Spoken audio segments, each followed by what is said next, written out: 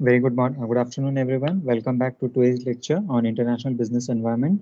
And today, in this particular series of lecture of international business environment, we are starting with the concept of global value chain. So we need to understand at this particular perspective that what is concept of value chain, and how a value chain has been created, and in the international level or the global level, how it is benefiting for transporting or exporting your goods and services from one country to another country.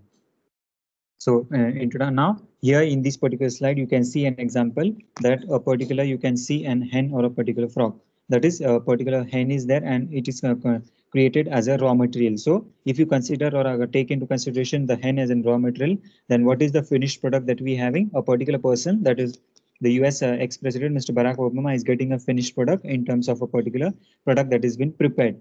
Now, how does it go further or how does it go ahead? Now, what transform the raw material into a finished product? So this particular process, that is a raw material, how does it get converted into a finished product, is a consideration or is an example of a value chain. And let's go into this particular scenario. So here, earlier you had a certain scenario wherein only raw material was available for you, but you get a certain finished product. So what is this scenario?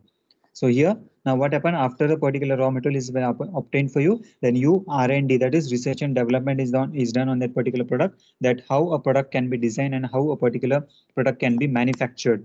Then whenever particular design and R&D facility is into existence, you actually or physically start the production activity. That is actual physical production takes place. Then whenever the particular product is been ready, then it is been distributed, that is it gets manufactured from one location to another location, it is gets shifted. So the distribution, that is a manufacturer, a wholesaler, a retailer, a supplier, a distributor, and so on. So this is a composition of a distributor.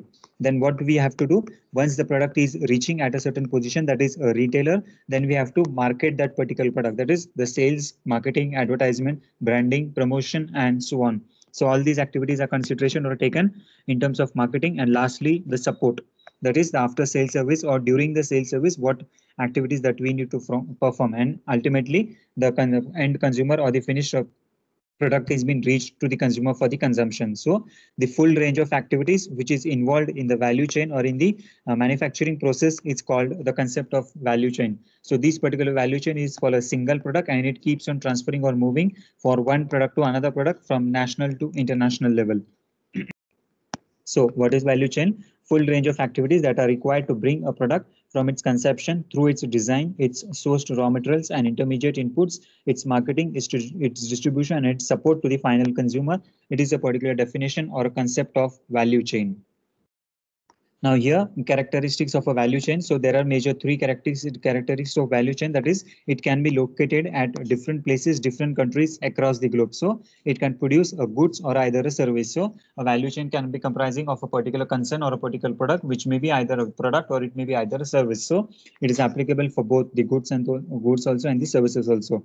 It can be contained within a single firm or divided among different firms. So a particular one single firm can control or conduct all these activities, or several number of multiple firms can come together and they can conduct these different activities. So in this way, the value chain or a global value chain is a contributor or is an activity which is being conducted by a single firm or a combination of different firms. It can be contained within a single geographic location or it can be spread across the globe. Now, for example, in this particular situation, this particular activity of converting a hen to a particular finished product or to a raw material into a finished product, it can be done at one single location. That is, if you are located in Pune, Delhi, Mumbai, Hyderabad, Kolkata, it can be conducted in one city itself, or this particular activity can be spread across different nations also. Now, in this particular diagram, you can see one activity that is manufacturing is that is R&D was conducted at China, manufacturing at India. The distribution chain is conducted by Russia or some another country. The promotion is done by Singapore and Southeast Asian nations. And lastly, the product is being sold at the Japanese market. So in this way, there are several nations, different countries associated across the globe. So a value chain can be comprising of a particular activity of converting a raw material to a finished product, wherein the activity can be done by a single firm or multiple combination of firms, or it can be done by at a single location, that is one geographic location, or it can be spread across the globe. So this is the characteristics of value chain. Now, what is a consideration of global value chain?